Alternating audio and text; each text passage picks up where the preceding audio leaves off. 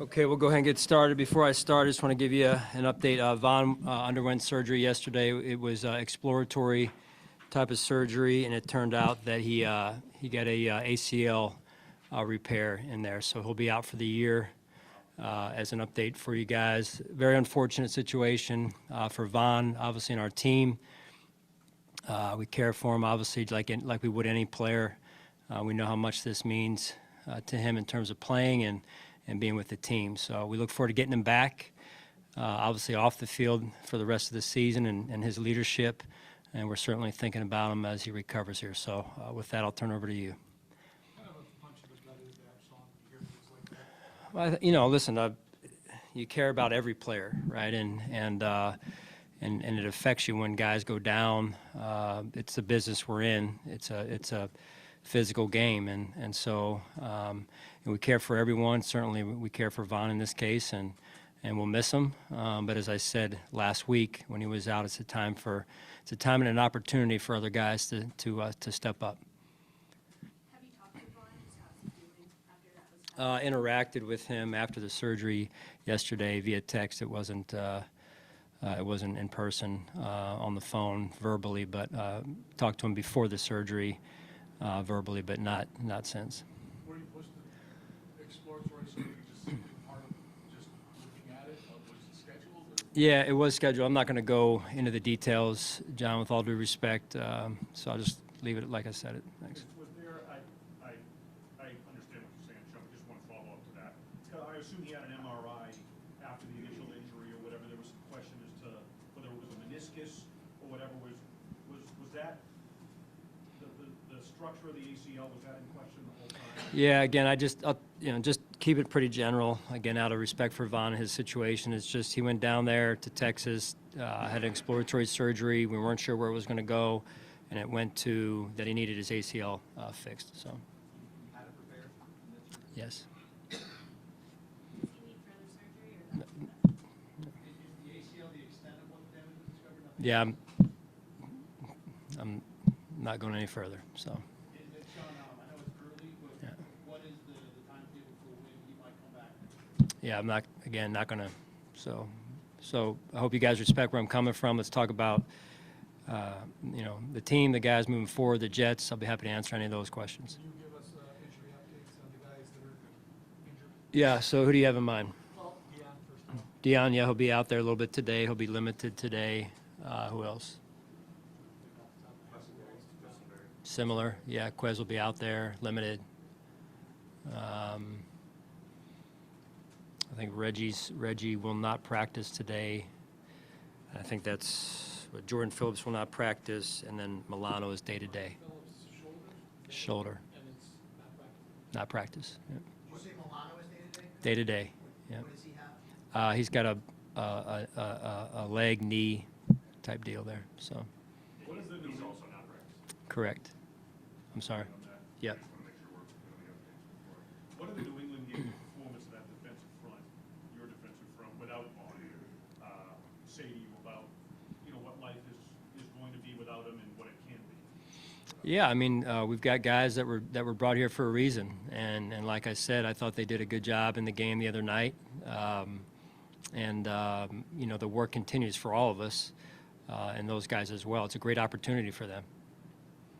Sean, can you speak to, from an offensive standpoint, going against a defense like the Jets that has such great lockdown corners, can you maybe speak to a little bit of the challenges that brings? Not all teams have two lockdown guys. The Jets. Three if you count the Yeah, I mean they're a very talented defense. Everything goes through their front. They've got a lot of talented players up front, and they roll them rather quickly with their rotation. And their back seven is you look at their linebackers, they're experienced players, and Mobley does a good job inside in terms of running the defense and the operation. And then the corners are talented. And they've done a good job of building that. Is it rare to see a guy like Gardner? I know he's not full a little bit, but to see a guy play that well so quickly in the league?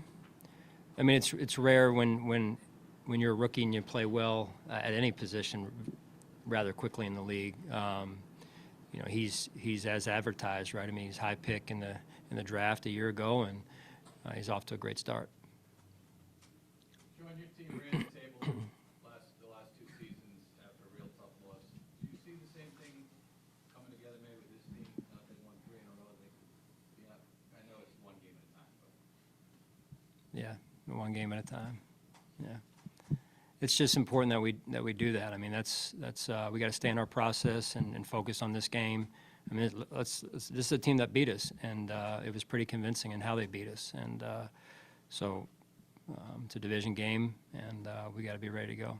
they have shown an ability to respond to adversity in the season. This is Von Miller thing today. They're well equipped to. Yeah, our guys are resilient. You know, I'll give them that. They've shown that for the better part of this season. You know, we faced adversity, and this is no different, and just a different type of adversity. So, you know, we buckle down. Everyone does their job. Everyone does their 1/11th, and you do it better. And like I said earlier, you know, it's time to step up. Sean, is there any potential for Milano to miss the game? We're just taking it one day at a time.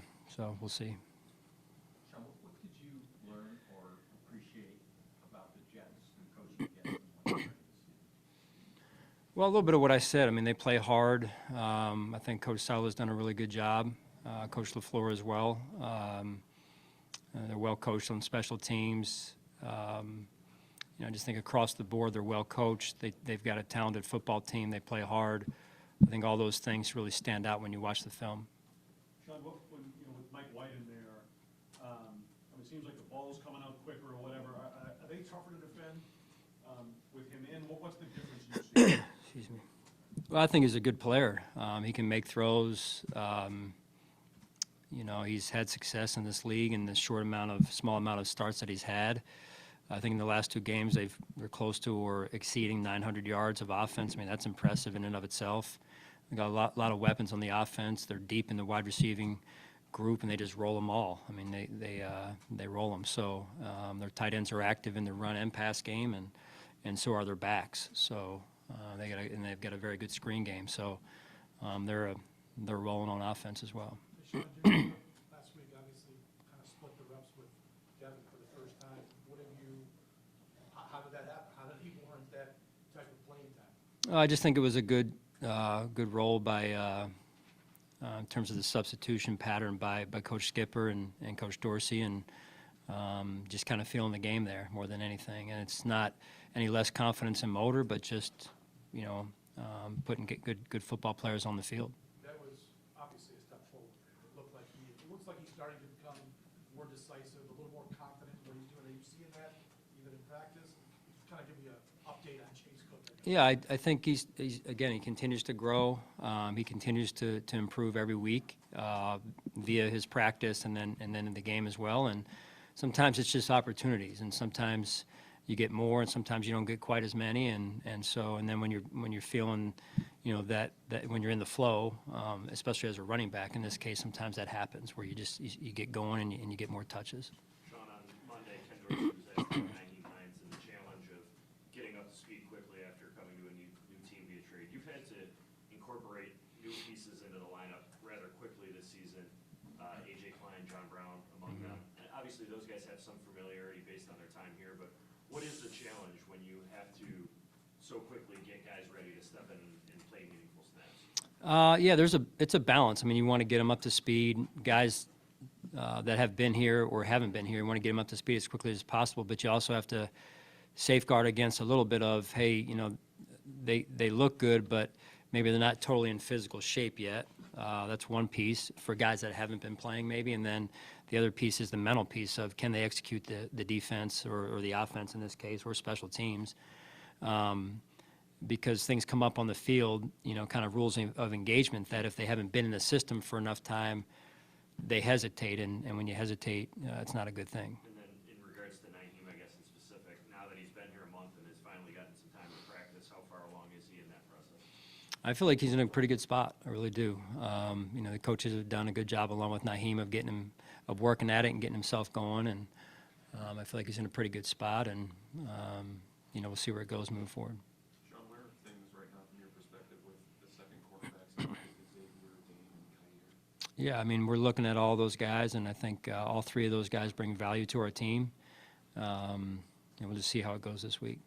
You've had a number of years now, first round picks, different levels of like starting, like Josh obviously started all his games, Jermaine, and then Ed had that kind of segment where he was kind of developing.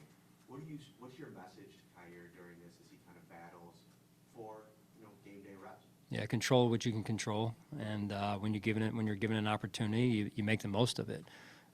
You execute the way you're supposed to execute with proper technique and physicality, and just like anybody else, it's do your job, and when your number's called, be ready to perform.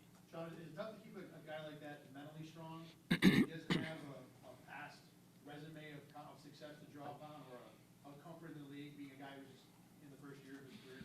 I mean, there's always a mental component to everything for every player we have. But there's also, in particular, when they're young, when they're rookies, and they're not used to this. Maybe to your question, but they can look around our team and really around the NFL and see that this is, things like that aren't unique, and so there's going to be ups and downs, and you're going to have to wait sometimes, but you got to work while you wait, and I think Kyer's done that, and so just it's all about improving each and every day, never too high, never too low. Stick to your process, and if you need to find ways to improve your process, improve it, and then technique-wise is making sure you're working on the areas you need to work on. Sean, are you guys hopeful for Christian Benford to return this season? Yeah, we'll see. Sean, you guys have started 11 unique starting lineups on the defensive side of the ball. It's near the top of the league, still 9-3 though.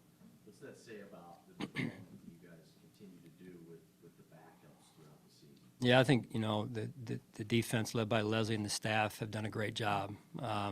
Like I said the other day, they haven't blinked when there's been the rolling of the lineup since really, I think, after game one for the most part. And the players haven't either, to their credit. And so it's always next man up mentality, and you go in there and they've done a really good job to this point. And so now it's about, getting into a good flow here as we go. Sean, what went into letting Mark Wesley into Just roster at this point, so. All right, thanks, guys.